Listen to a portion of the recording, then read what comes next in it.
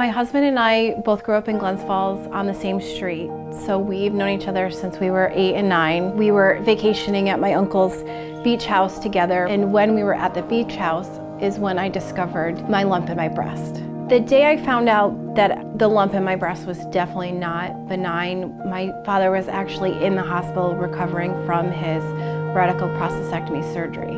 So my mom and I cried in the breast center and then went upstairs to my dad who was recovering. The first time that we went to the cancer center, my mom had got us set up with Vicki Yatta, the nurse navigator. The moment my husband and my mom and I walked into the cancer center, I knew that this was be home. This is where I was going to get my treatment, and this felt like the right place for me.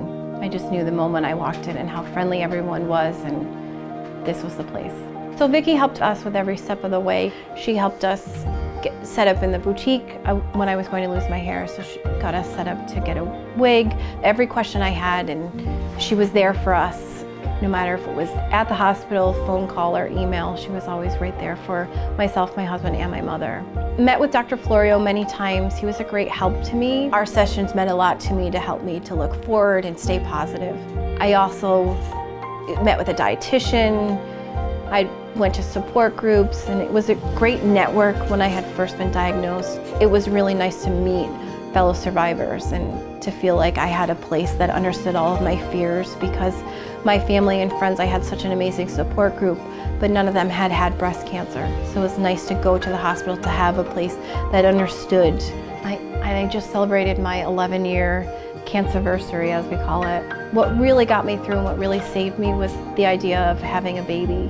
At the time of my diagnosis, my husband and I were starting to think about starting our family, as all of our friends were beginning to have their families, and that's where we thought at that point in our lives we would be. And then I found my lump, so we had to put that dream on hold. I knew that I wanted to have this little boy named William Joseph, and that's what got me through, is every moment when I thought I can't go on, this hurts too much, why me? I thought I have to go through this because I'm going to have that little boy. We are going to have our miracle baby. I knew that I wanted to give birth at Glens Falls Hospital. I was born there. All of my friends were having babies there, and this was my hospital. It had saved my life, so I wanted our baby to be born at the hospital, and I knew that I would be safe in this hospital, which is the hospital I received all of my care.